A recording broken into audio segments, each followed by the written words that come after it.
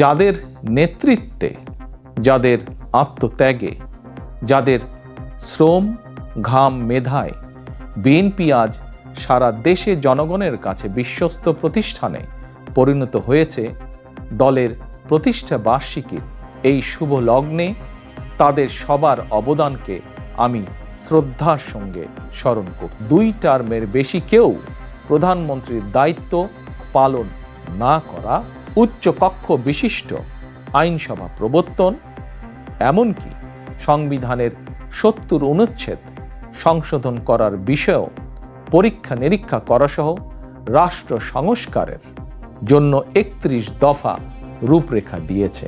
আমি মনে করি, আমাদের দল বিএনপি মনে করে, জনগণের কাঙ্ক্ষিত বাংলাদেশ গঠনের জন্য রাষ্ট্র ও রাজনীতি সংস্কারের বিকল্প নেই। গণভবন বর্তমানে স্বৈরাচার হাসিনার দুর্নীতি, দুঃশাসন, অনাচার, অপকর্মের প্রতীক।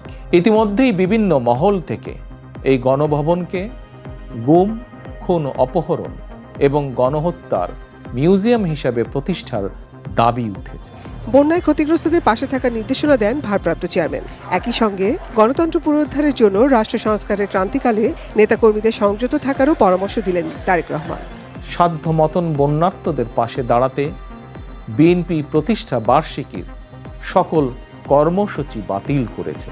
আপনাদের প্রতি আমার স্পষ্ট বার্তা, শক্তি কিংবা ভয় দেখিয়ে নয়, বরং ইনসাফ এবং উদারতা দিয়ে মানুষের মনকে জয় করুন।